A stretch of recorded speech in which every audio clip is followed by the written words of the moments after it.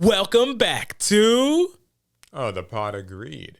I just Nice don't to see feel you like you here. matched the energy there. I mean, Next time, you'll be there. He'll be there next time, guys. yeah. So it's another episode. I will say just off the bat, we're recording this actually a day early because we're going to be out of town for the rest of the week. A day early in duress. Yeah, you can probably guess why. We're going to Worlds. Yeah. So yeah, we're gonna be at Yu-Gi-Oh! Worlds in Tokyo. Should be pretty exciting, pretty fun. Never been to Japan before, so that'll be dope.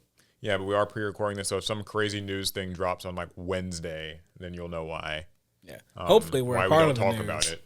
But yeah. So it's where we've got lots of Yu-Gi-Oh! News, lots of card game news. We have some. Yeah. I wouldn't even say lots. Not I don't want to loads set happened. the expectation like really, really high. I mean, these are Yu-Gi-Oh players for the most part. They know there hasn't been that much Yu-Gi-Oh news. Yes, that is true. So what do we start with? What's going on? I mean, what's going on with Yu-Gi-Oh? Like, Well, Worlds is this weekend. That's probably the big news. but you know, I've always wondered why Worlds isn't a bigger deal in the TCG. That's actually a good talking point to start with because I was talking to some other people about this recently myself. And, the truth is Worlds isn't super relevant for anybody that's not like participating in it. Yeah, if you're not playing in Worlds, I don't know, because it's a unique format, right? Yeah, it's a format that is unique and like very much its own. It's not TCG and it's not like OCG. So it's just kind of like, Master Duel. well, I'll get to that. But yeah, in that way, yeah, it is like Master Duel. It's its own thing. So, yeah, I mean, I don't know. I think like what makes it a little difficult is for the average Yu-Gi-Oh player, when you tune into this, you're kind of like, wait, why aren't they playing? Oh, wait, because they have like their own kind of specific combination ban list and set of It's cards. such a specific format that we don't have to play. I think Konami should change it. Like, I think that what they should do, well, it brings you back to that question of like the TCG and the OCG, should they just be combined? Like, should they just release everything together at the same time? And a lot of people have wanted that for a long time. I think that would be the number one reason to do that. But I guess we have, there's supply chain issues that I'm sure you'd run into trying to run both the TCG and OCG simultaneously. Yeah, for sure. I'm just saying that, like, those aside, I think that it's just a good idea. Because, do you remember when Pokemon games used to come out early in Japan? No. Oh, well, they start in the earlier generations. They would come out early in Japan and they would get all like leaked and stuff. Or not even. It wasn't even leaked at that point. It was just like, okay, Pokemon Diamond and Pearl came out in Japan on like whatever, like February 2006 or something, and then like in the United States in like, I don't know. Like During that 6 period, months guys, later. for context, I didn't really have internet like that. So every Pokemon game was brand spanking new to me. I hadn't seen leaks or anything. I remember that as the generation where I started to see some leaks. Because before then, obviously, I wouldn't have seen anything. But I think like Yu-Gi-Oh could benefit from being the same game. I guess I get why they keep it separate. Because like you said, supply chain stuff, and maybe it just makes the Japanese game feel, I guess, a little bit different. I don't know. I'm actually not sure now I think about it. Because I think if they could run them both at the same like pace and point, they would.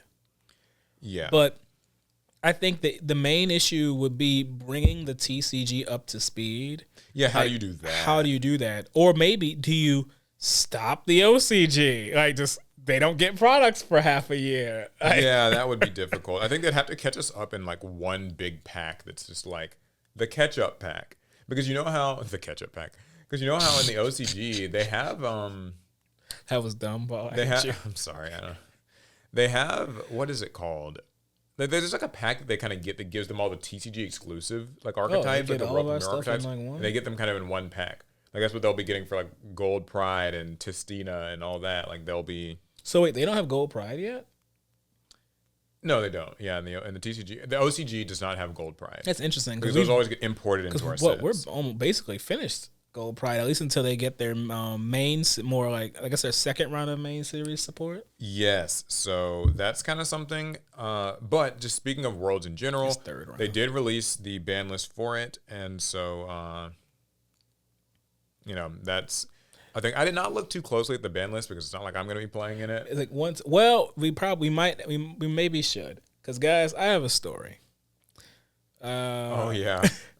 So in 2018, we went to Berlin, Germany for that Worlds. Mm-hmm. And we had this kind of informal tournament amongst all the influencers that were there. And we were playing with the world's ban list. And pretty much all the TCG players were like, yo, what is it? We don't actually know what we can play. So we scrambled for like 30 minutes, all trying to figure out what was legal and what wasn't. And once we thought we had everything together, we started the tournament. So I'm in my first round. I'm playing against a Japanese opponent. I'm running Thunder Dragons, and they're running, was it Alter Guys? I don't remember. They're running something that wasn't Thunder Dragons.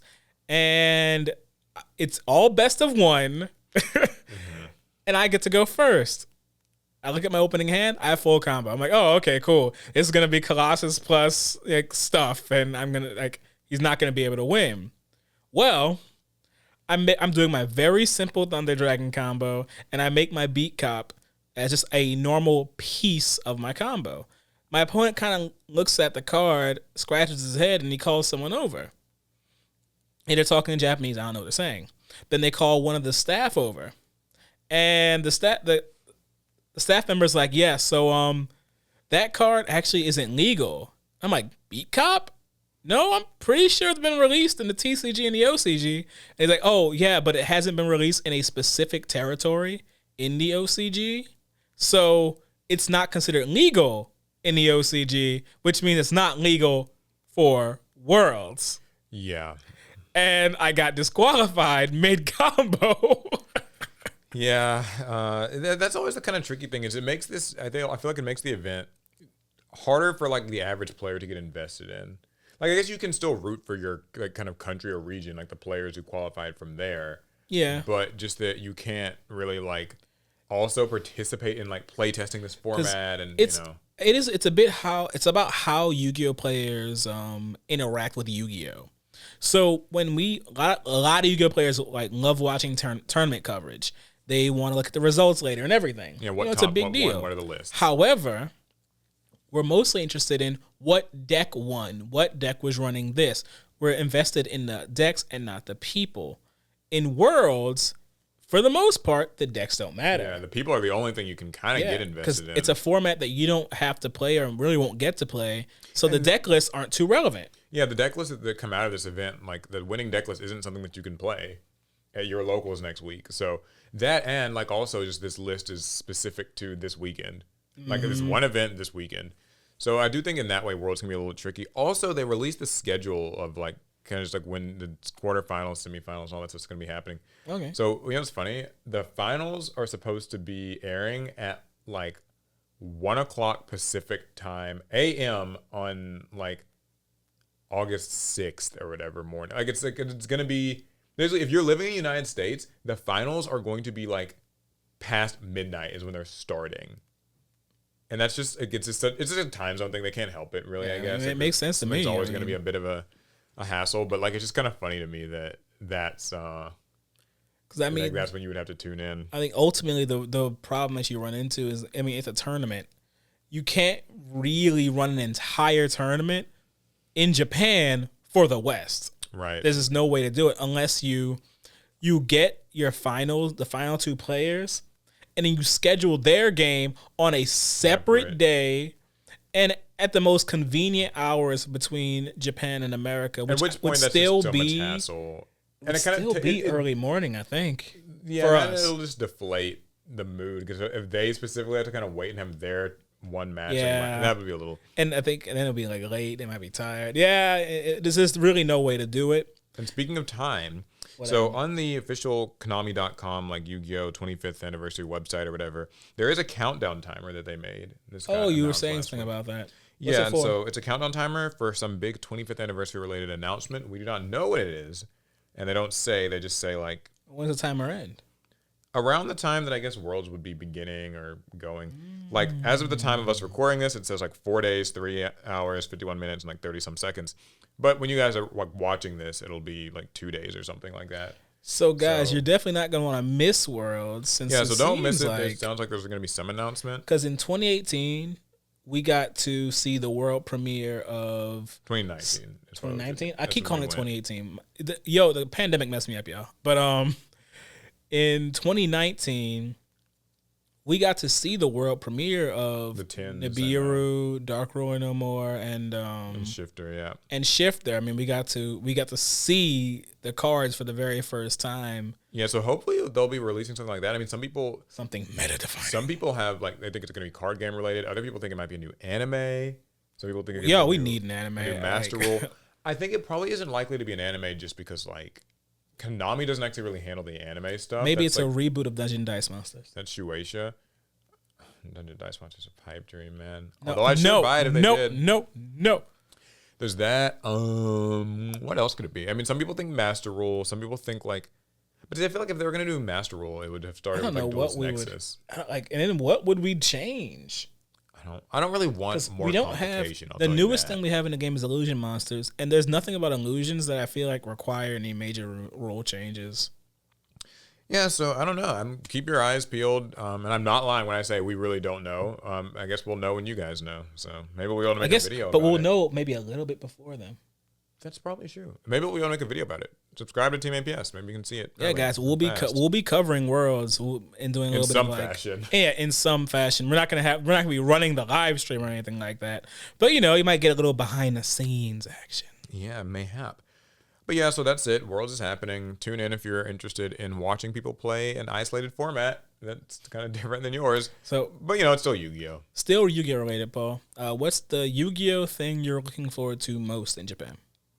The Yu-Gi-Oh thing? Yeah, Yu-Gi-Oh thing that you just want to see, do, experience in Japan. I want to experience what the average card shop is like. Like, I'm less interested in this world championship, highest level of competition, top players thing. I'm more so just excited to see what a Japanese card shop is like.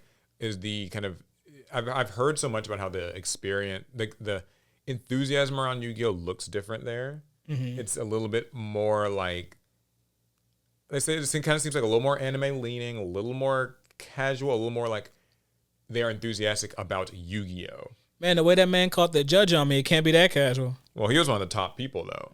I want to see what the normal person. I got disqualified fast. I also want to see if they have like those like Yu-Gi-Oh vending machines or whatever. You'll see those pictures from Japan. And they're gonna have Yu-Gi-Oh merch there that we can't even like. Yeah, I want to like stock up on everything. Stuff. Yeah.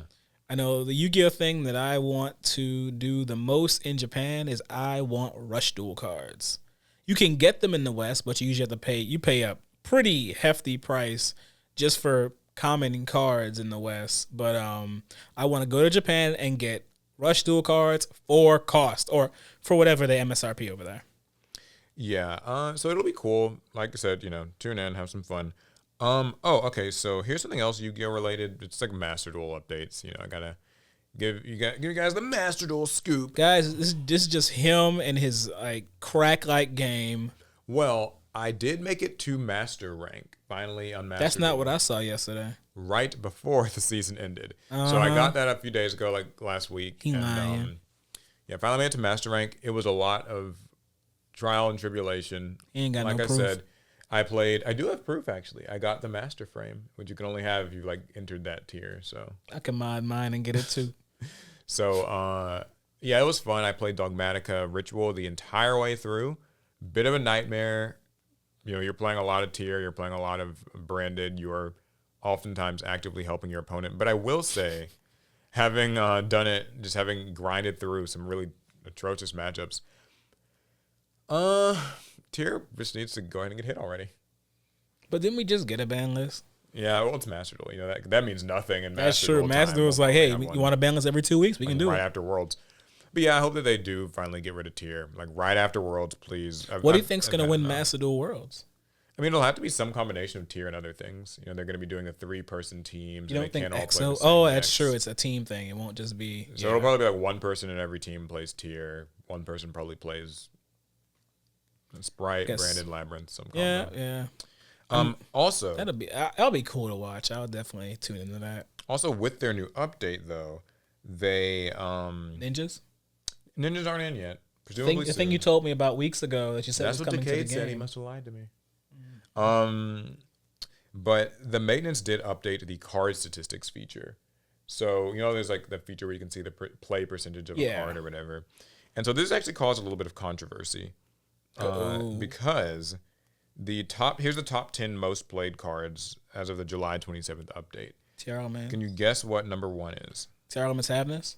Oh no, there's not a single Tier Elements card on the list. Oh, well, okay. Oh, wait. It's going to be something that's a part of like one of the initial decks that you get, right? Like No. a basic starter? No? It's Maxia. Of course. Oh, God. Yeah, Maxia is number 1 at a 90.9% play rate, Golly. which is really insane. Like 90% of people who are just playing at all on ranked ladder at any level like are playing Maxi. I mean, it makes sense. It is It's like the kind of format the defining defining card. Yeah. So people aren't too fond of that. Number 2 is Ash Blossom, not far behind at 85.2%. Number 3 is Divine Arsenal Zeus at 57.3%. Yeah, makes sense. Infinite Impermanence at 55%. And then just to run through the rest, Called by the Grave, Bestial Druid's Worm, Bestial Magnamute, Sprite Elf, Underworld Goddess, interestingly, and the Dark Charmer Gloomy. Now, I know people are probably ranting and raving about Maxi this, Maxi they that. are. But if you took Maxi out of that, I'm pretty sure Ash Blossom would just jump up to 90-something% too. Yeah, so people are kind of using this as their, like, okay, Maxi needs to be banned thing. And I get that. But as your resident, apparently I'm a Maxi defender, I've been told. You are. You're a Maxi defender. As your resident, I think He's Maxi a C defender. Yeah. I'm a C squatter. A C squatter. Yeah. Shiny black C. Yeah. As the resident person who will preach that Maxi is fine, I'm not saying perfect or great or the savior of anything, but just fine. I think that the fact that it says 90% here, but that they have not changed it, and they've had access to these statistics since the game launched. Yeah. We've gotten them only recently. I think that it's just functioning exactly as they intended it to. Because if it wasn't, they would have definitely like limited or banned or whatever, something to it. So I think the fact that they haven't just goes to show that the developers of Master Duel, they're just okay with the Maxi thing. I mean, when you think about it, like, do you think OCG players would play Master Duel if it didn't have Maxi? I think they would. But I think that it being around does keep it more close to like that OCG experience. I think that my main like thing with Maxi, I'm not going to get into my whole spiel on it because, you know, there's a lot to say about whether it's good or bad. I think they just keep it around because it like gives people a chance. Right. Like it's honestly all about just making sure that Master Duel is something that people can like log in, build a deck, and just have a chance to play. And Maxi allows people to do that. I know. I hear you screaming like when you play Master Duel all the time, and you have Maxi. Yeah, and the thing is, a lot of people will say that like Maxi is, you know, it's bad for these reasons, or well, yeah, it lets them play, but then if they use it against them, then the casuals still can't play. I think that people forget when casuals complain about like Yu-Gi-Oh, whether it's Master Duel or the TCG or whatever, they aren't complaining about getting Maxi'd. They're complaining about 10-minute turns, and they're complaining about boards. Like the one that I put on my Instagram story the other day of like I didn't see the it. first turn passed by. No, I called you and I showed you.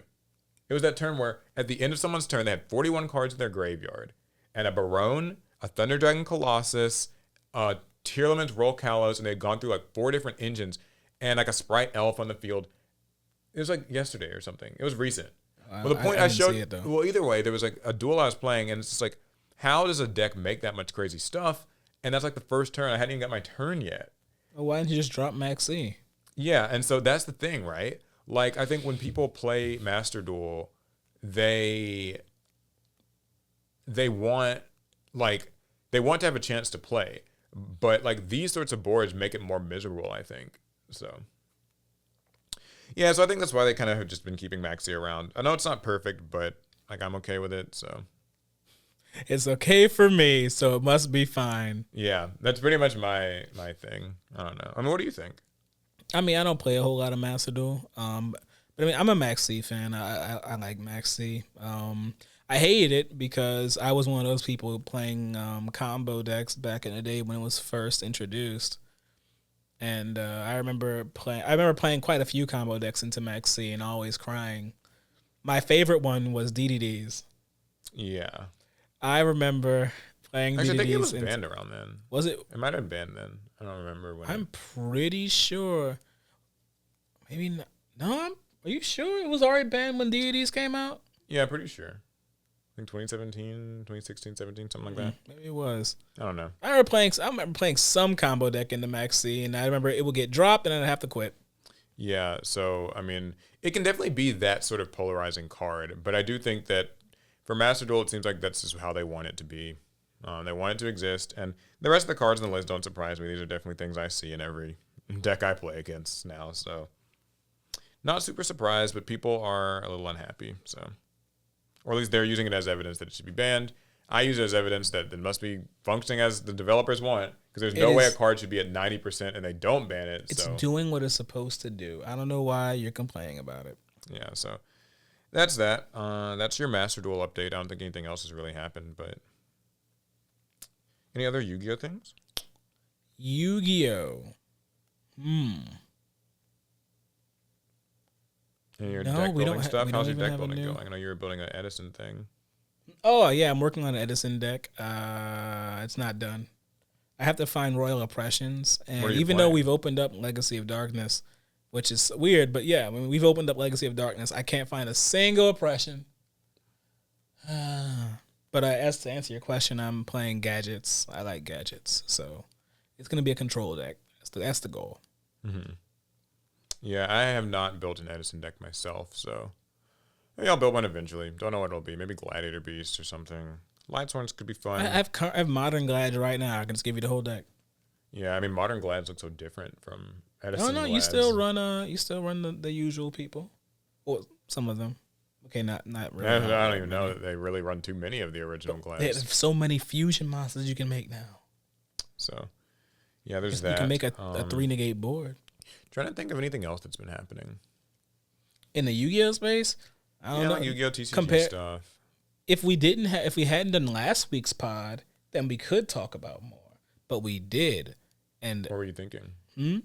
About the sets the set that released, and the problem is the news from last week is still relevant because there hasn't been that much news this week. Mm-hmm. A lot of people are just waiting on Worlds to end so that the next format can start, and then we can start getting data, and people can really start. Because really, with the cards we got in the last set, and what's the name of the last Duelist Nexus? Those cards are untested, right? And we can't really say much about those decks until our next tournament circuit starts. That's another reason why Worlds is kind of a weird stopgap. Yeah, because it slows down the game in a weird way. Yeah, people kind of want the next season to start. They'll also be wanting the next ban list soon, I imagine. We don't know when that's going to be happening. What are we going to ban? Oh, probably. I mean, people want all kinds of things. People want to Rise Heart, ban EEV or whatever. Ooh? Eradicator. Oh, epidemic virus. All that stuff. There's all kinds of things. We want Shifter. Oh yeah, I know you were saying about your Synchron deck. How's that going? I mean, I'm working on it. Working on it ish. We pulled 2 Revolution Synchrons. Yeah, 2 Revolution Synchrons, which is great because I have virtually all the other Synchron support that's come out. I realized I did not have copies of On Your Mark, Get Set, Duel, which is such a tragedy. Mm-hmm. But it's not too big of a deal because I haven't settled on my build yet. I talked about my struggles of building combo decks before, but this time I really have to try because I can't just net deck this the way I would normally do, because Synchrons are more. They have a more competitive build that everyone is talking about and flocking to right now. You can't really find a Synchron build that makes Stardust monsters. Not really, unless it's Excel Stardust, and then they run their Stardust out of obligation. Yeah, so what you're saying is you want to build a Stardust deck. That's not what I'm saying. What I'm saying is I want to build a Stardust deck. Like a Yusei, kind of more anime. Exactly. I mean, not what you're saying, but what I'm saying, which is a Stardust deck, kind of like Yusei inspired. Right. It's difficult to look up the lists. It's a nightmare. I mean, everyone wants to show you the Adventure Synchron this, Adventure Synchron that. Make Dispater, make Barone, of course. Barone, and whatever that red dragon monster is. It treats your monsters like tuner. No, it takes 3 tuner monsters or whatever. I don't want to do that. I do not want to build some generic looking board of good synchro monsters. I want to make bad Stardust monsters. Yeah. That's just the honest to God truth. No, I mean relatable. I know the feeling. Sometimes you want to play. I've been in that situation where like I want to play. My example of late was like when I wanted to play the agent deck, and like the agents of agents. yeah, the agents deck, and like Agent of Mystery and all I that. thought you said Asian deck. I was like, well, it's all Japanese, Paul. Yeah, I wanted to play the agent deck, and like this is around the time I think like Hulk was still like legal, it was like at 1 or whatever. And I'd look up these builds and stuff online, and everyone's like, yeah, like you run Hulk and you do all these crazy things, then you end on like Barone and something else, and like maybe this one agent monster. And I was just like, I kind of glazed over because it's like I don't want to play. I'm weird, and you guys know. Like I will ram my crazy like off meta decks against ranked because I want to play them like as they are intended. I don't want to just make the same inboard. And so it's annoying because when you're looking up builds and stuff, everyone's like why aren't you running, the thing and then whatever. It's like no, I don't want to run that. Another story, I was building Vanquish, or I am building Vanquish Soul. And like I was looking up these builds, He and almost has them all. yeah, still waiting on a couple of cards to get here in the mail. A couple like Stake Your Souls and Dr. Madlove, I think. But I was building it, and like people are like, "Oh, you're supposed to run like Kashtira, Rise Heart, and like these Fenrir's, like these Kashtira Fenrir's or whatever." And I'm like, "No, I don't really want to run that. Like, I get it, but like I really don't want to. I still want to like play Vanquish Souls if I can." So you want to lose, like right. me? Well, actually, my goal is to lose a lot, but then get good enough that I can like win some. Ah, okay. That's my, I'm not gonna get that good. That's my Yu-Gi-Oh experience. So, a little mini rant there, but hopefully you're able to. I mean, I think that you'll be able to find something with the synchrons. I imagine. Yeah, but it'll basically be a homebrew like nightmare. Yeah. It might. Yeah, you might have to make it yourself. I don't know. But I mean, I'm here for it. I mean, I want to make the because I really do like the what was it, Majestic Shooting. Yeah, the Majestic Shooting Star Dragon. I like that card.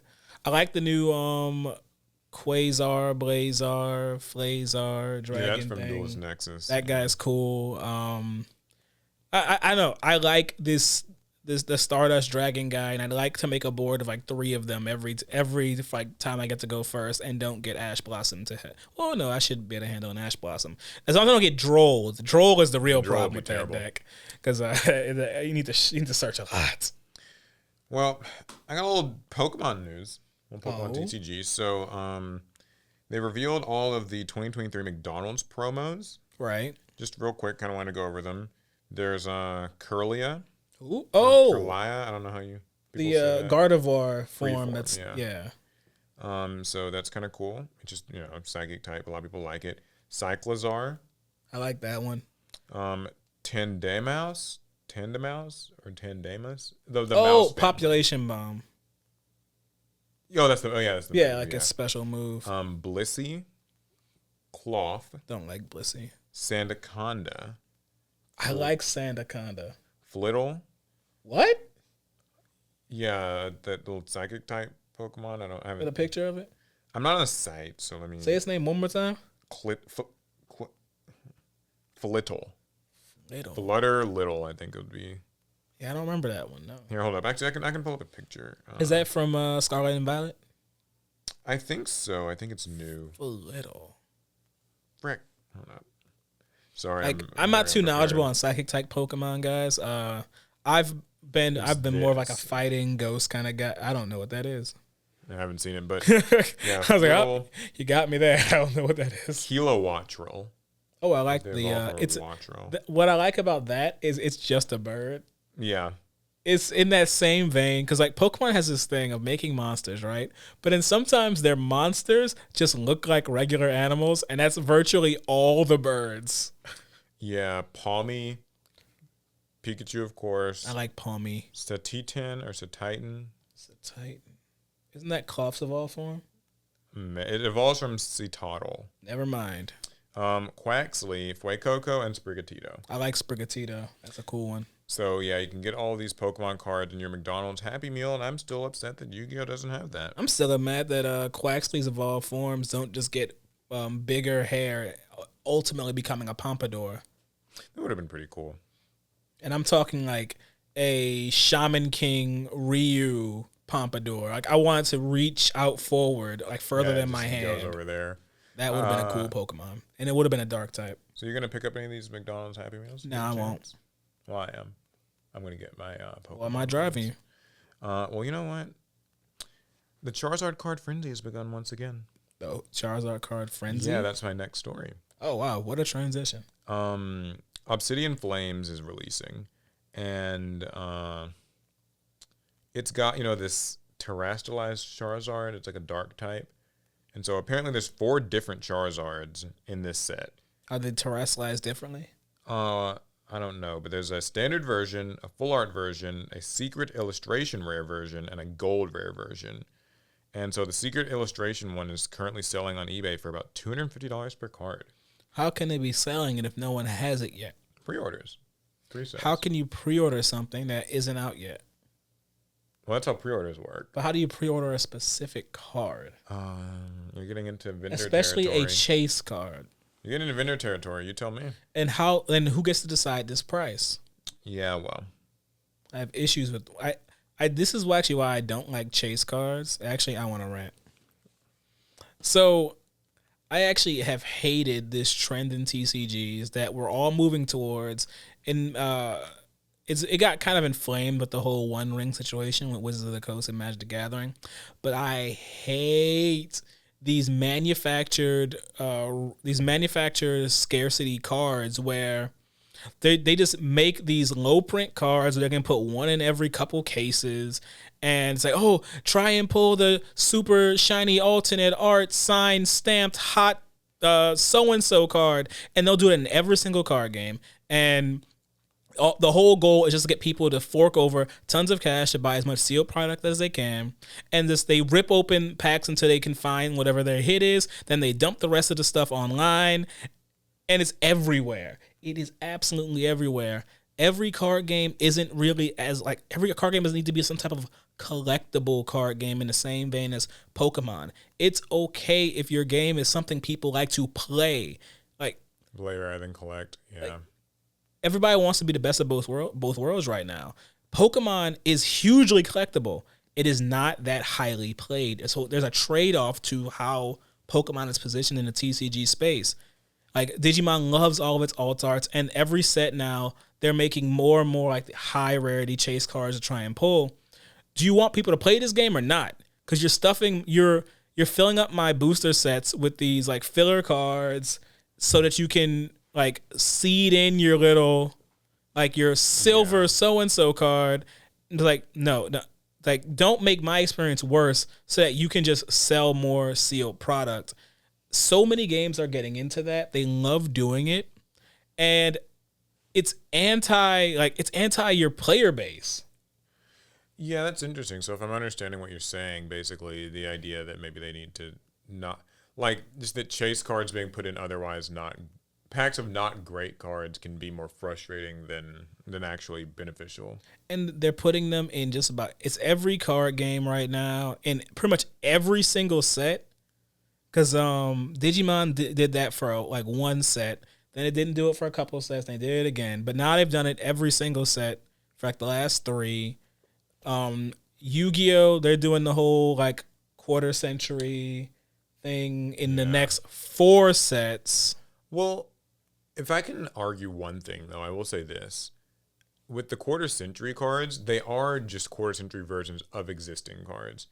And I meant the special one. Oh, the special one? Yeah, okay, I don't know too much. Because they're putting those in. Oh, you want to pull the same card the next 4 sets? They're just different colors. Collect them all. Well, I'll say this. I think that feels pretty harmless to me, mostly because it's not if that card was really good and it was okay, you need Bonds of Unity and Soul or whatever Magician, and it's kind of a in-demand card for playability, then that would definitely be a problem. I do like that it's a card that you can open Duelist Nexus and you'll be able to open Age of Overlord and ignore the existence of those cards. I think that's more annoying when the card that you need to play, just to kind of, compete and keep up, is short printed in some way, because then I feel it's just that's when prices get really top heavy and the whole thing you're describing kind of comes up. That's very much how one would feel from coming from a Yu-Gi-Oh standpoint of playing the Yu-Gi-Oh card game and wanting to build decks and compete in whatever. My issue is treating card games like it's a lottery, like it's a gambling gotcha type system. Yeah.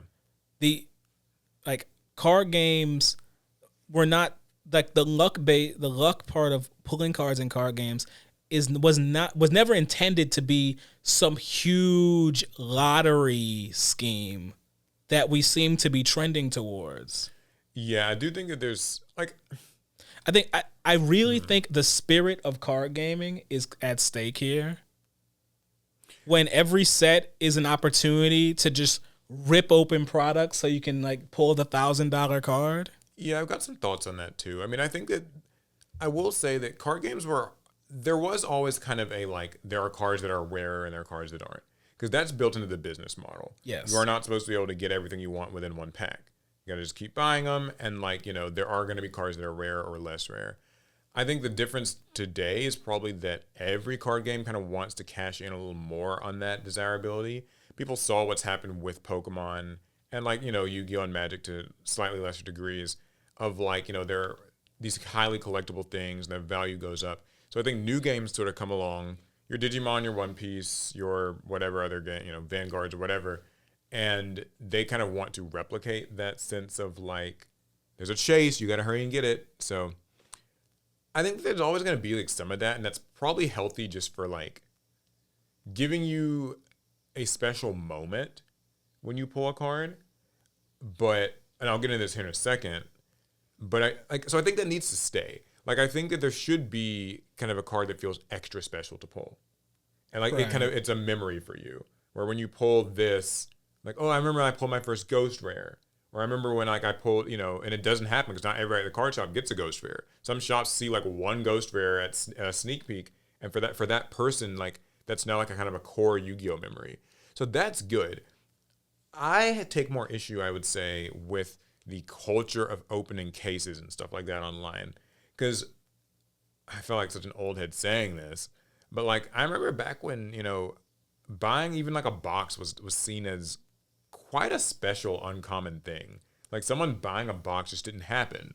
You bought packs, maybe you were able to get singles or trade and stuff, but now like a new set comes out and you hop on Twitch or YouTube and people are just like, is ripping open like candy, like well, when you print so many lottery pull cards. Yeah, so that's and exactly. So it combines where it's like you've got lottery cards and then content creators who don't have a limit to their spending because they make money on their and then they kind of create these live streams where it's like I'm opening like just 12 cases of whatever the set is, and like because then it's like they get to pull the lottery card, but of course they were going to pull it because they're opening the requisite amount needed to get like starlights or whatever, and they freak out on streams and oh my god, this is so crazy, but it's not that crazy. You bought the amount, like, you know what I mean? You're like you invested like a few $1,000s. You better get the card at that point. And then like, in addition to that, I think people see that, like kids or younger people, and they're just like, oh, I want to be that too. I want to go and buy,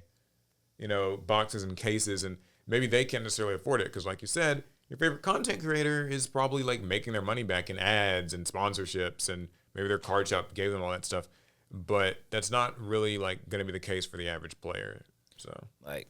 Not exactly related to what you were saying, but it is just a thing that I don't care for. You know what a chase card was in Spell Ruler? Blue Eyes White Dragon. Was it a special Blue Eyes White Dragon? Well, Legend of Blue Eyes, not Spell Ruler. Oh, my bad. Legend of Blue Eyes. For some reason in my head, sometimes Spell Ruler comes first. I have no idea why. But They're Yu-Gi-Oh fans. Nothing. Continue. I'm kidding. It was Blue Eyes was the chase card. It wasn't a silver Blue Eyes. It wasn't on fire. It was just the Blue Eyes. It was just the Blue Eyes. And in the earlier days of Yu-Gi-Oh, before we got to Ultimate Rares, there was no lack of hype for pulling certain cards. The only problem was, I guess, these cards weren't worth $1,000. They weren't worth hundreds of dollars. They, your Blue Eyes was worth probably like, I don't know, $60. Yeah, I mean, it's a hindsight thing, too. Like, when those Blue Eyes are being pulled, they, were normal. And, like, now, I guess, like, 25 years into the future, if we kind of know. Yeah, I don't know. I guess what I don't like, and I completely agree, is when companies try to kind of recreate that success, kind of remanufacture it. Yeah, that's my issue. They're artificially trying to create these extremely hype moments by seeding cards into these games, one per like 3 cases, one per every other case. Oh, pull rates like that. It's like, but when you don't really need to do that, Yeah. I get it helps boost sales, but how does the new quarter century dual magician card, how does it actually help my life? I still don't think that's the best example, though. Just because it's actually not even being seen as highly demanded. I mean, I guess it has a price tag. It's not highly demanded because Yu-Gi-Oh has done this time and time again. At this point, everyone is used to the like overblown, super shiny chase card that they're gonna stick into a set. It doesn't feel special anymore. It just feels regular. Yeah, I think that the case is probably more evident with Charizard, where Charizard's just been like hoard out, and I don't know. Well, anywho, I hate chase cards. yeah, not a fan of them. It sounds like I'm like middle of the road on them. I think they have to exist to some degree for the excitement of opening packs, but I guess I don't like artificially kind of cramming them in. Yeah, it feels too corporate-y to me. Any other card game news? So, I mean, it's not good. It's kind of card game news. TCGplayer employees are they're unionizing. Okay, I saw this headline this morning. Yeah, so TCGplayer was bought by eBay. Yeah, I remember that was. So a larger business bought a smaller one, and TCGplayer employees are claiming that they are losing pay, benefits, and it is from the consequence of being swallowed by such a much larger organization. They feel that their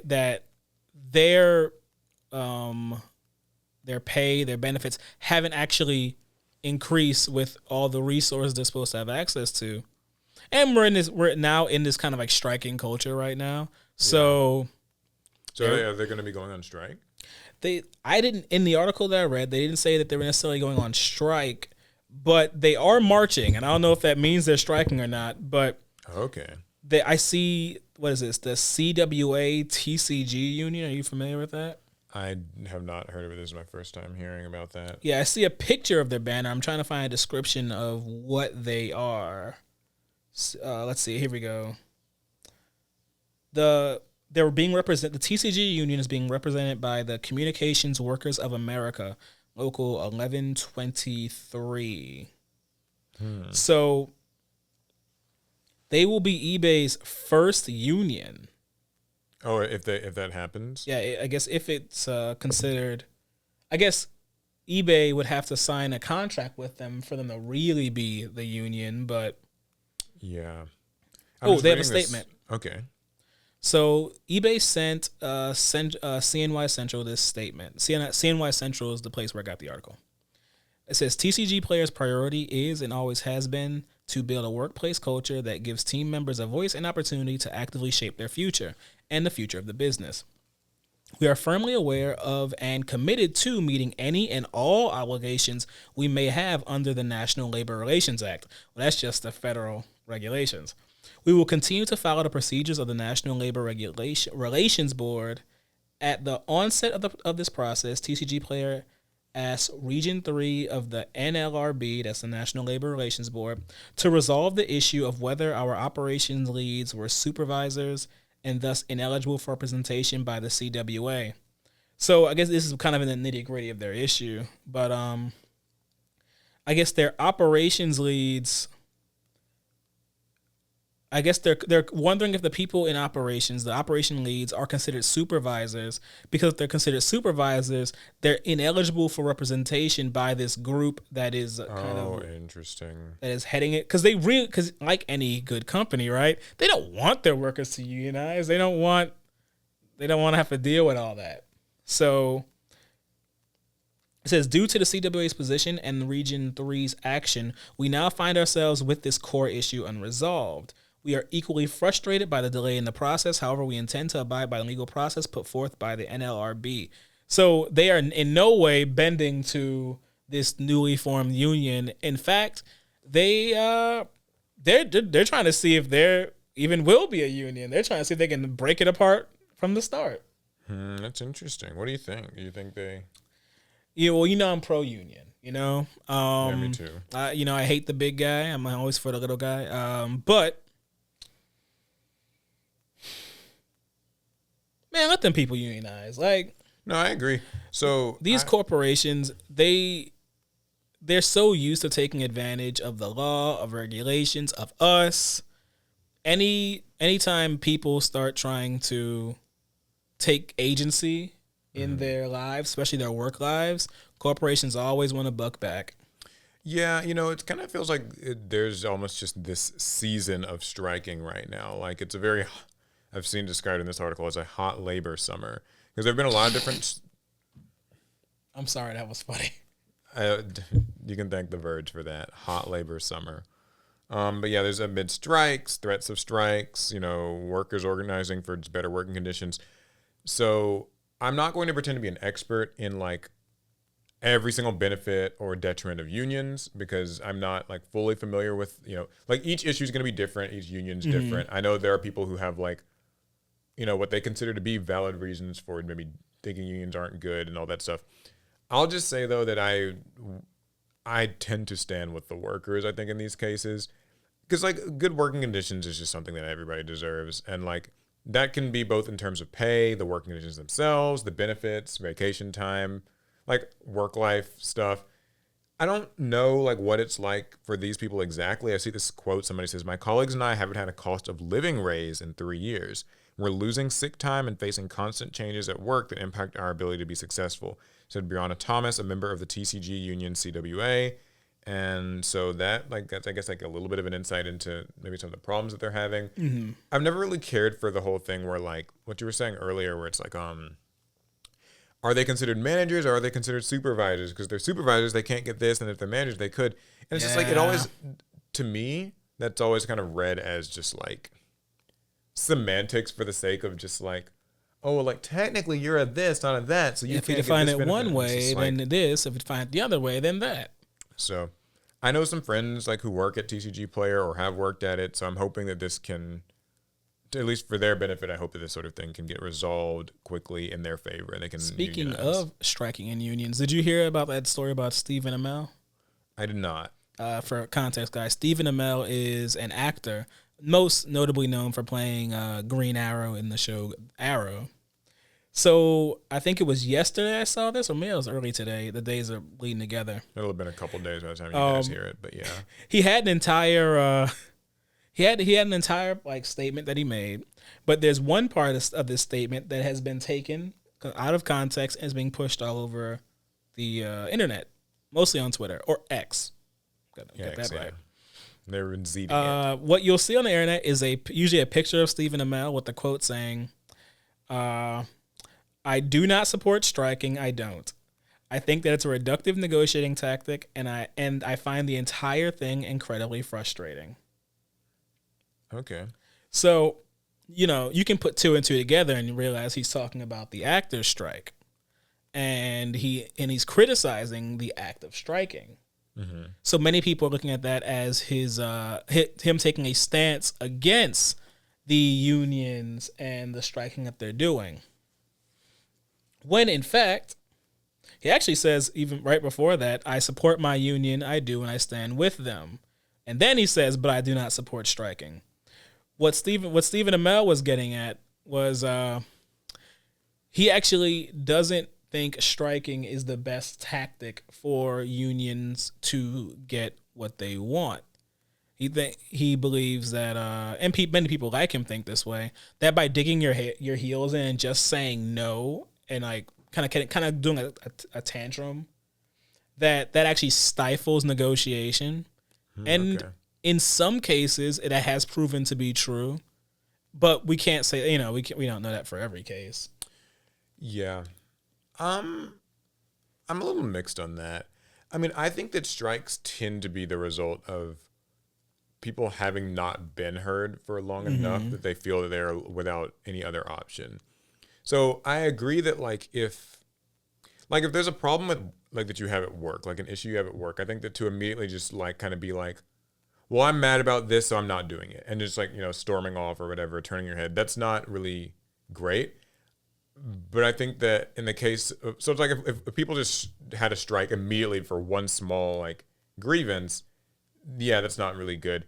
I just think that usually the strikes kind of happen because people feel like they have no other choice. They haven't been heard any other way. I mean, typically to get someone to agree just to not work or get a paycheck for days, weeks, Yeah, like it months. must have been pretty bad. So, but to try to maybe view it from his perspective, I do think that strike can be tricky because I almost think of it as like kind of how playground sort of logic goes, where just, well, you're stupid. Well, you're stupid. Like it can kind of quickly devolve because like the companies will get angry at the strikers and be like, oh, well, if you're going to do that, well, then we're going to like hire AI workers in your place, or we're going to do this until you stop. Or it can get very like mudslingy. And so in that way, I guess striking's not great, but I wonder what he suggests instead. Yeah, he made another statement, but it was mostly due to the outrage around his first statement. He didn't offer up any alternative, just a critique of the strategy of striking. Yeah. Okay. I guess there is one issue that I find with striking, that it takes the focus off of the problem, and instead now you're focused on the organization that you believe is causing the problem. Yeah, I guess that can happen. As I mean, when we went to where did we go? We went to Anime Expo. Anime Expo, and they were striking. They were doing a hotel strike in Los Angeles. Their strike was not going well. I mean, they were all striking, which is a good thing. They had an organization and whatnot, but the hotels had already hired a third party to fill in their roles. They were yelling, and in a weird way, the corporation, the hotel, just folded its arms and said, "Oh well." Well, yeah, but I guess it's not the fault of the strikers. No, I'm not blaming the strikers. I'm just saying that now it was a fight between the strikers and the corporation, no longer looking at the problem.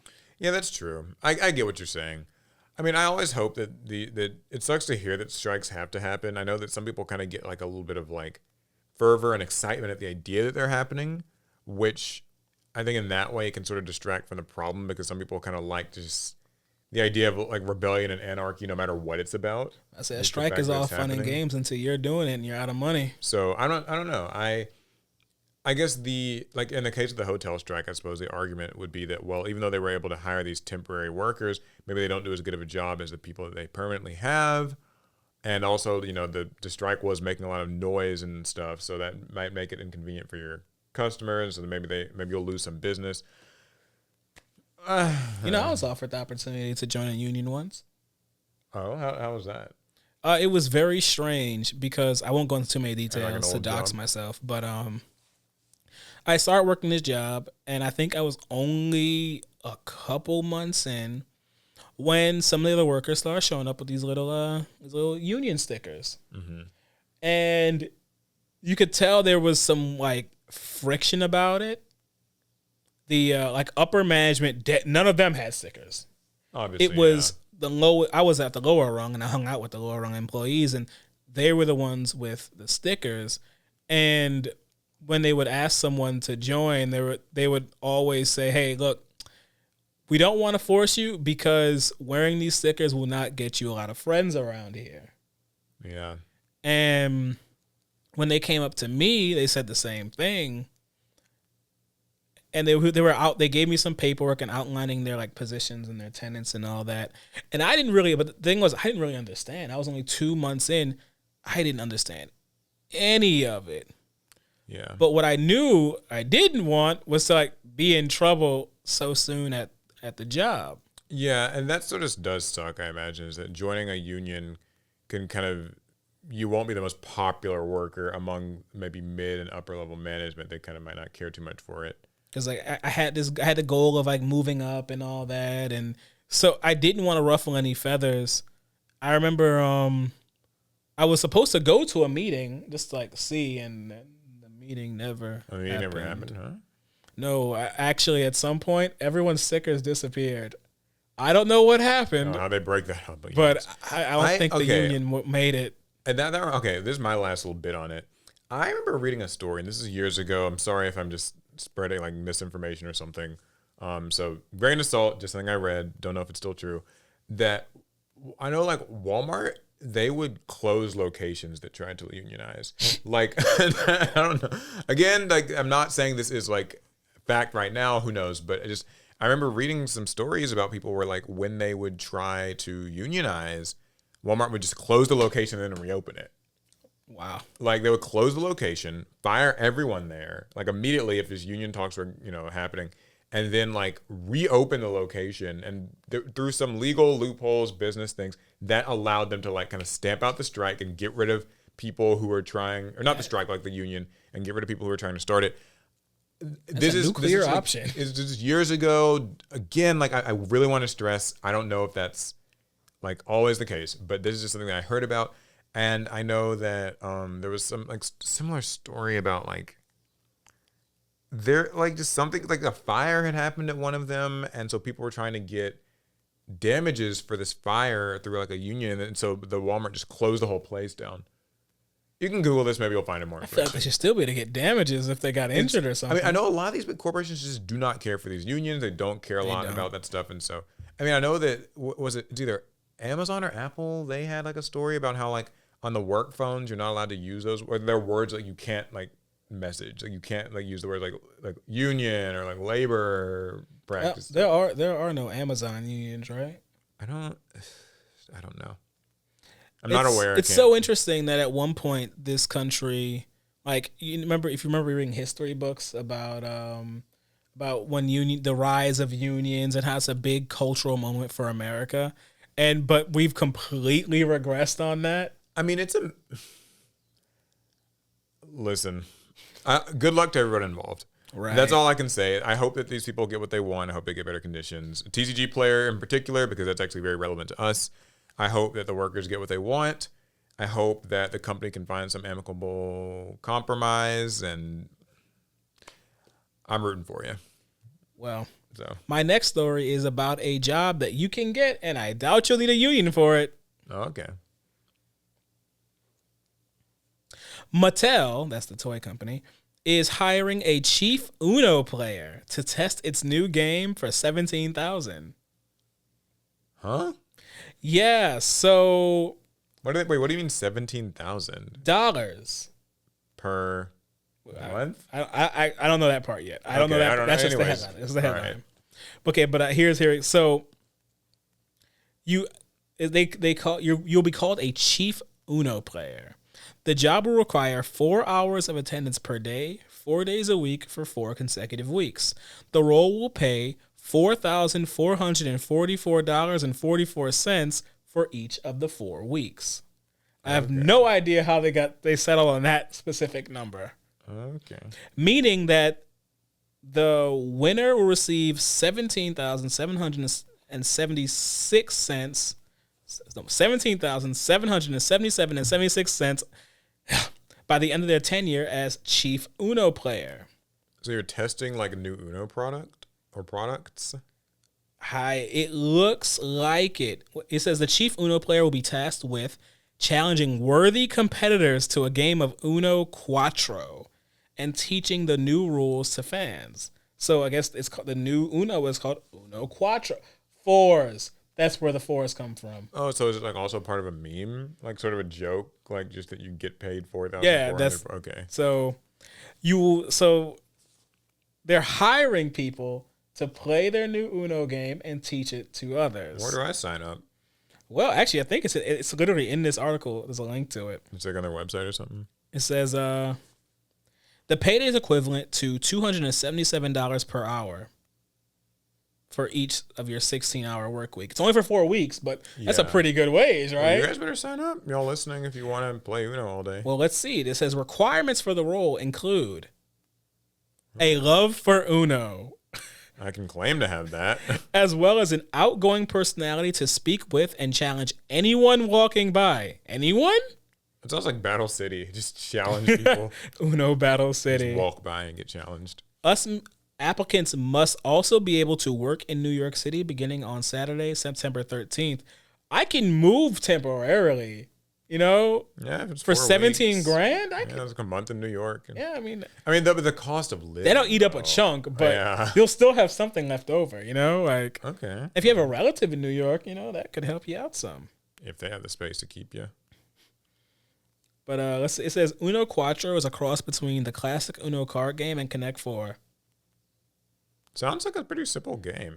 They have a picture, and I'm very confused. Can you tell me what's happening in this picture? No. Yeah, me neither. I don't know. Are you signing up? If I can learn Uno Quattro, I guess there's no reason not to give it a try, Yeah, let's sign up. We can test this Uno game. We'll get to the bottom of it for you guys and take the money while we do. We'll put the link in the description. Yeah, but no, that sounds interesting. I must confess, I'm actually not a very big Uno person. I do remember the story some years back where they were starting to the official Uno Twitter account was saying this is how this reverse card or whatever works. And people disagree with their no, rules. y'all don't fucking know what you're talking about. Y'all don't know how to play y'all game. Yeah, and people really kind of took issue with that. I know Uno is kind of one of those games where it's house rules, right? I can't stand certain house rules. People kind of do it, which mini games are sort of like that, but I think Uno's most known. I hate that Uno out rule. I hate it so much. Yeah, I think that was one of the things they talked about too. People's made that up one day, and they're like, "Yeah, you got to say Uno out." No, you don't. You say Uno. It's in the rule book. Not if you're at the wrong house. Rule book on the back of the package. There was no rule book back then. Yeah, it always made me think. This is not exactly related, but what if there was a type of Yu-Gi-Oh that was a lot more like Uno, where it's just a single deck that just gets divvied up and cards it's hyper simplified, right? Where it's just monster spells and traps, but they're played just as I don't know. It's a crazy idea I had a long time ago. Of just a Yu-Gi-Oh game where your deck it's more like a board game. Just to gather around the table, we divvy it up, play it's not. I don't know what you would call that, but there are quite a few tabletop experiences that are relatively similar to that idea. They're not Yu-Gi-Oh, but there's a few pop out the board and there's one deck and you split it up in some type of way and you play this specific type of game. Yeah. Oh, okay. I got one about Magic the Gathering. Something that I had learned. This isn't really a story, but I know you guys will know last week we talked about how Magic the Gathering cards do not have an MSRP. They don't. And thank you guys, everybody who responded in the comments and kind of explained the situation to me. It sounds as though Wizards of the Coast kind of got rid of it a few years back as a way to sort of absolve themselves of, at least fans feel, but so many people said this in the comments, I'm led to believe it probably has some truth to it. Maybe. They, did this to sort of absolve themselves of kind of acknowledging the secondary market, although I would argue it actually kind of makes it worse. And they kind of Wizards maybe claim that it was in the interest of card shops to be able to set the prices themselves because they can get the profit margins they need. Well, anywho, I went to our local card shop just the other day. Uh-oh. And we were speaking with, the lady working in there, and she was just this is insane. These Commander Master packs cost so much. And the Commander Masters packs were $24.99 a piece for their their booster packs, not the collector's pack or anything. And I was like, "There's no way." Now, granted, this might just be our card shop being, greedy and price gouging or whatever, but I was just it sucks that a card shop is doing this, but it's even worse that Wizards does not just have an MSRP for these things. Force people, tell these shops that you have to sell this pack for $5, not $25. And so I know after speaking with a few people about it, some people are like, well, Commander Masters is that kind of set. There's really valuable stuff in it. And if you're buying it, you know what you're getting into. Great, cool, whatever. But if you're a normal freaking person, I think everybody seems to miss that part of the memo of you always hear some excuse of why it costs what it does. There's no good excuse to me for a pack of cards to be $25 or $20 or even $15. That's so much for one. Even pack. if it's less, I think that's crazy because there are kids who, I know Magic maybe doesn't have a lot of kids, but teenagers and stuff where you can't buy a $25 pack leisurely. That's a chunk of money. So what you mean? That was my whole allowance for the last month. So yeah, like if you're like a teenager and you're either just functioning on allowance or like it's your first little part-time job, and maybe you're doing it to kind of be able to fund your Magic Addiction. game and addiction, whatever hobby. Habit. That's crazy. Well, that actually leads me into what I have here. More Magic controversy. Yeah, well, this isn't controversy. It's a good also, but kind of a bad thing. And you'll see why. So Bank of America has upgraded Hasbro's stock, saying Magic the Gathering cards will boost their earnings. Okay. So as soon as I can get these ads out of the way of this article, okay, this should help. Oh my gosh, the ads got in the way anyway. Why does this thing have an ad block? I always read them off of Pocket, so I can just not see the ads. Using my thing. We use Pocket to save our stories. Anyway, so good app, download it. So Bank of America has upgraded Hasbro's stock because the sales and the sales of the Lord of the Rings set and the expected sales of Commander Masters is expected to significantly boost the earnings of the overall company that is Hasbro, and it's looking pretty good right now. Okay, at least pretty from good, a Wall Street point of view. Yeah, so like Hasbro and Wizard of the Coast, A1. Well, it sounds to me like people aren't too happy with it. Profits are up. Yeah, good for them. I mean, all I can say about that is like, set a freaking MSRP. It's kind of funny. In this article, they say things that we talk about in a negative way, but in a positive way. Let's see. I forget whose quote this is. It says, it's the guy who wrote the article. We spoke with several local game stores. This is I believe the representative from Bank of America. We spoke with several local game stores, distributors, players, and collectors, and were encouraged to hear strong excitement and demand for this set. Yay. Collector boxes are currently fetching over $400 from the secondary market. Awesome. And TCGplayer, one of the primary online marketplaces for Magic cards, shows nearly 3 times more sell-through than the prior Magic set. Okay. Well, good to hear that they're happy, because I think that just they're going to squeeze these players dry, and man, I don't know. I think that if you were going to squeeze these players dry of all their funds in the hopes that like we release more and more stuff and price it higher and higher, like that'll come to a head eventually. Yeah. I mean, I think like people eventually will just get to a point where like they will be price gated out of playing some of these games. Like at least people in Bank of America believe that Magic's sales can help save Hasbro's stock, and that is a horrifying thing to hear if you already think player, I think that sounds if you already think prices are too high now. Yeah, that sounds pretty terrifying. I don't like the sound of it. I mean, I feel bad for you Magic players. I know people in the comments, they were just describing it, and I was like, yeah, this sounds pretty atrocious. I mean, like, the best thing I can say is that at least in the case of Yu-Gi-Oh!, however imperfect a game it may be, I've got our packs cost the same. Plenty of problems with it, but I will say that I just like that Yu-Gi-Oh! Packs are a consistent price. And you'll know what you are going to pay for a pack, generally speaking. So that part of the buying experience is consistent. However crazy it might be outside of that. Because there's craziness outside of it, that's for sure. At least that is a thing. The other thing I saw was like the Commander Masters decks, like one of them was like $90. You said one of them. I think all 4 of them. I think all of them are. Yeah, something was. They had like these different prices. And I was like, yeah, I feel bad for people. Even if your shop's like selling them for $60, that still sounds crazy. They won't sell them for $60. Yeah, like our shop was more, but like even if your shop was selling them for less, like unless it's like at $40, which I thought was what the MSRP was supposed to be, but there's not one now. So I don't. Yeah, that sucks. Good luck, Magic players. My heart goes out to you because that sounds fucking insane. So anywho, I think that's all the stories. Maybe it's time to do some pot and open. Answer. You mean reach into the pot? Yeah, reach into the pot. Yeah, that's what he said. We're going to indulge. Indulge in some pot of greed. We're going to indulge in some. I almost greed. fell for it. Almost. Okay, let's see what I got.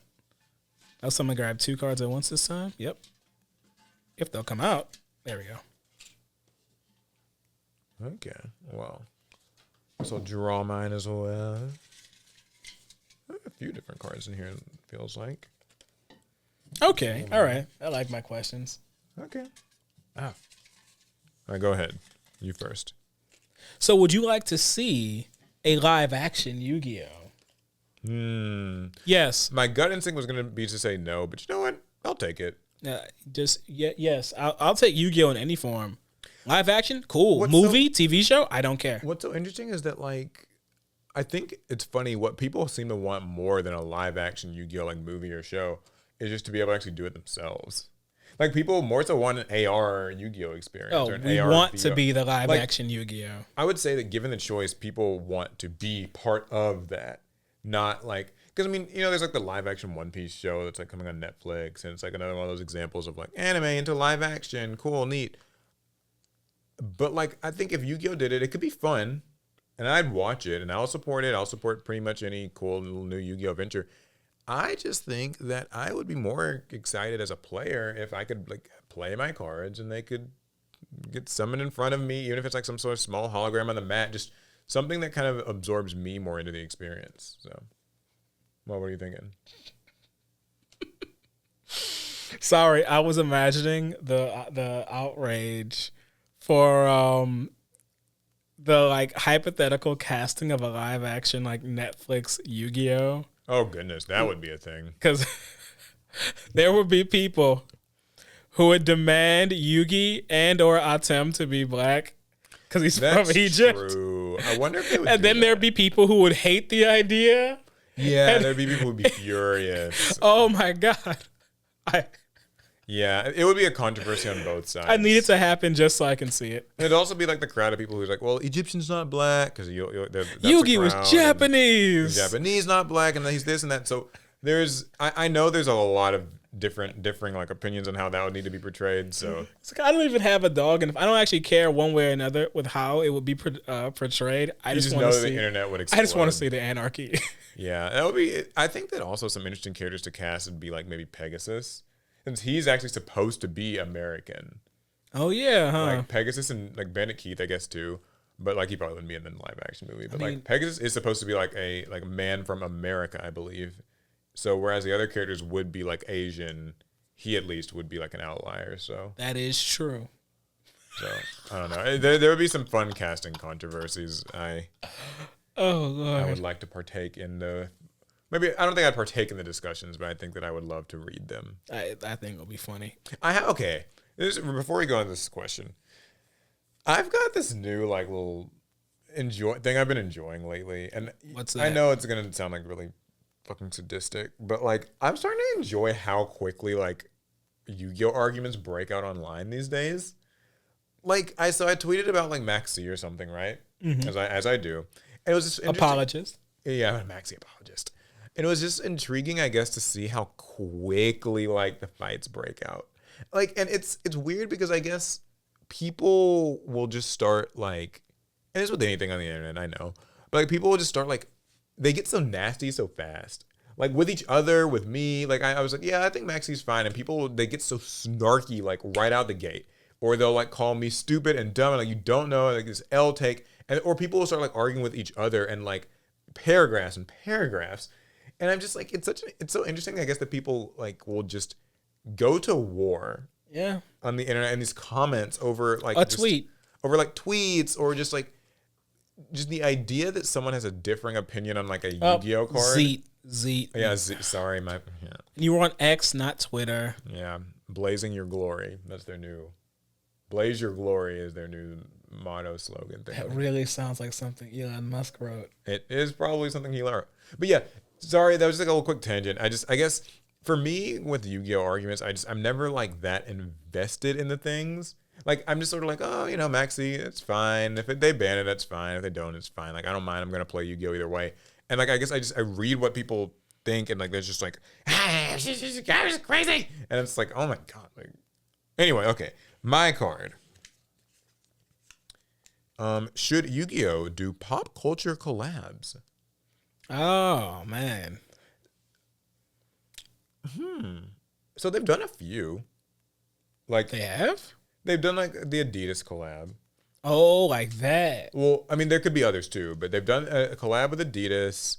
But generally, when Yu-Gi-Oh does like kind of collabs, it'll be like little merch things. There's like Hype Land, but that's like still more niche. It will be, and that's outside of the card game, technically. So, what do you like? What comes to mind for you? Because see, I was thinking about Magic the Gathering style collabs, where the collab is now in the card game. Oh, okay. I think they should. I would love to see it. You want to see My Little Pony and Yu-Gi-Oh? Sure. I guess actually with some of our archetypes, that's not weird at all. Because I mean, what's weird about Yu-Gi-Oh? It's not weird. It's good. But like, what's interesting about Yu-Gi-Oh is that it's got like so much archetype variety at this point. That's true. Like, I mean, we are literally talking about every end of the spectrum. Any just interest that you think is cool or cute or fun or whatever, like it's got everything. Like I sat there for like a moment saying, "Oh, My Little Pony would be so weird in Yu-Gi-Oh." Then I remembered Melfi and Pearly, and it's like, "Oh wait, Yeah, like we've got like Melfi, we got Pirelli or whatever, and there's like Madolce, Nouvelle. There's like food. Yeah, So I mean, like, Yu-Gi-Oh literally anything's possible. archetypes are so disparate and varied. I mean, you can really make anything a Yu-Gi-Oh card. The real trouble comes from the fact that I think Japan is just so strict about like that licensing and like kind of keeping that Yu-Gi-Oh brand pure. Yeah, Because the Yu-Gi-Oh will do inspired archetypes very clearly. Cosmo's always the number one thing, but also, favorite. you know, just things like Vanquish Soul is kind of feels like a Blaze Blue Guilty Gear thing, but they will not like. They won't position another brand next to Yu-Gi-Oh. They won't do that. Yeah, tarnishing that brand image. I mean, it's pristine and it's like their child. They did something close with the baseball series because they even put them in Master Duel. Yeah, what is that called? Oh my gosh, Power Pro. Power Pro. Yep. Yeah, I think like Pro Evolution Soccer, and that's actually I think it's owned by Konami. So I'm very surprised they haven't done a Pro Evolution Soccer thing. Because Konami does so much with that. It would be boring. Who cares? It'd be boring. I don't know if anyone care, but but soccer's popular and Pro Evolution is like a popular game. Right. Maybe I mean, you're right. You're right. I'm stuck in an American point of view. Soccer is huge in other places. Yeah. So, but to answer the question, should they? Yeah. Yeah. Go for it. Will they? Doubt it. But They wouldn't do it. But I, for one, would support it if they did, one way or another, putting them into the archetypes, or even just doing more stuff like Adidas and Nike would be a really big one for them to do. That'd be huge. Cool. Or the McDonald's Happy Meals again, like anything. I'll take anything. I'm a starved duelist. I'm a starved duelist. I'll take whatever. So, I'm actually glad for my next question because I didn't have an AI story. Oh boy. And someone asked if Yu-Gi-Oh should have AI judges. Okay. So my knee jerk is actually, yeah. That's your knee jerk reaction? Yeah, that's my knee jerk. No, it sounds like there's maybe a more thoughtful one that goes the other way then. Yeah, it's not necessarily the other way, but there's a gray area to it. Okay. Well, first let's define what does that mean? Like what exactly is an AI judge, I wonder?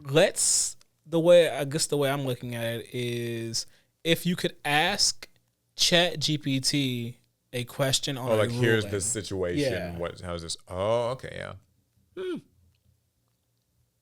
So it sounds like you like it. Yeah, I'm a fan. So I think that's honestly not bad. I don't think it would be very difficult to teach an AI the rules to Yu-Gi-Oh. Like Yu-Gi-Oh is a straightforward game, even if it has like flaws to it. The rules are clear, right? Like it's not a complicated game, like rule wise.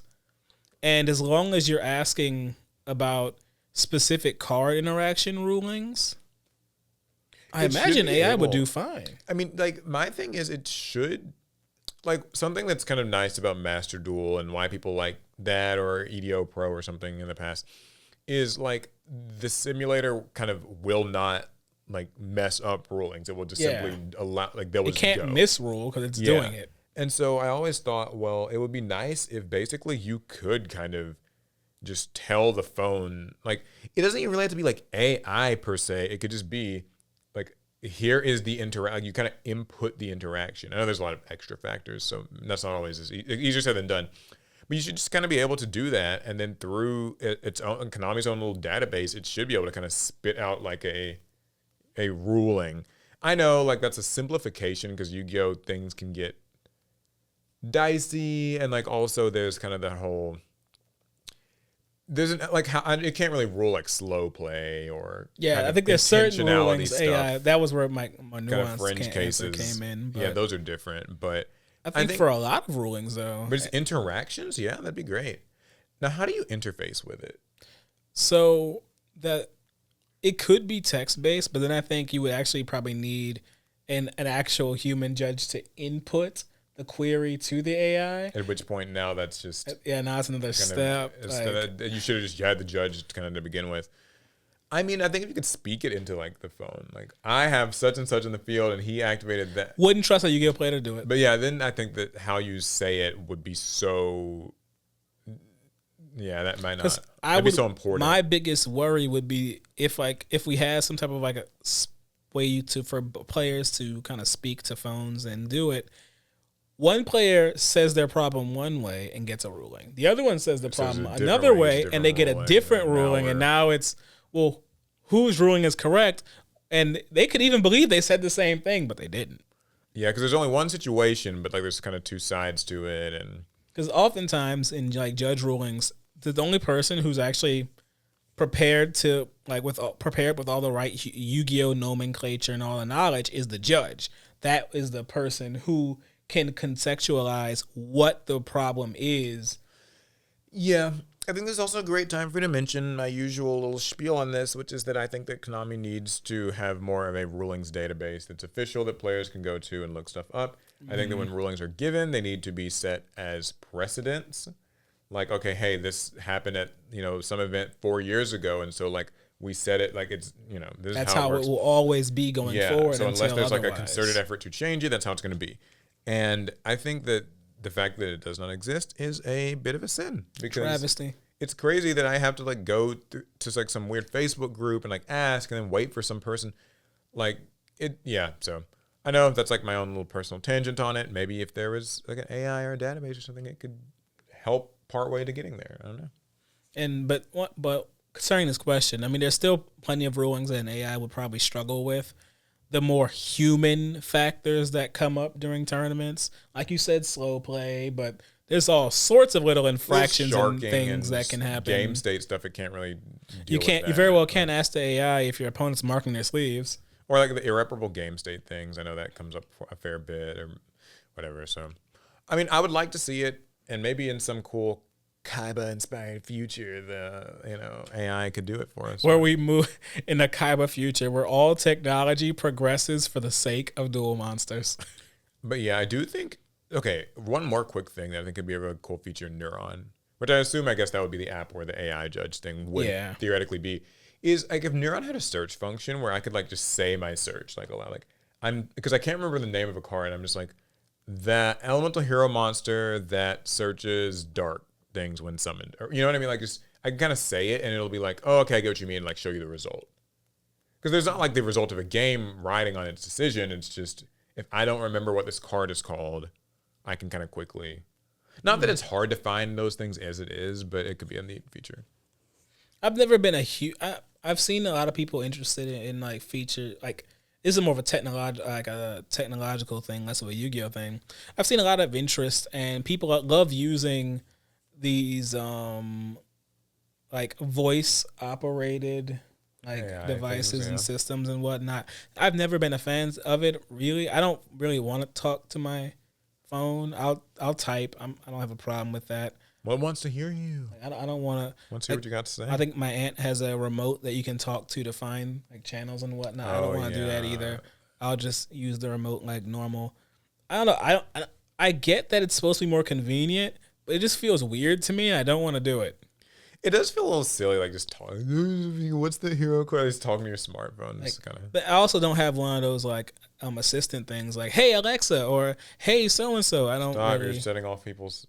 Oh yeah, yeah. I don't know. I never felt like wanting to use one of those before.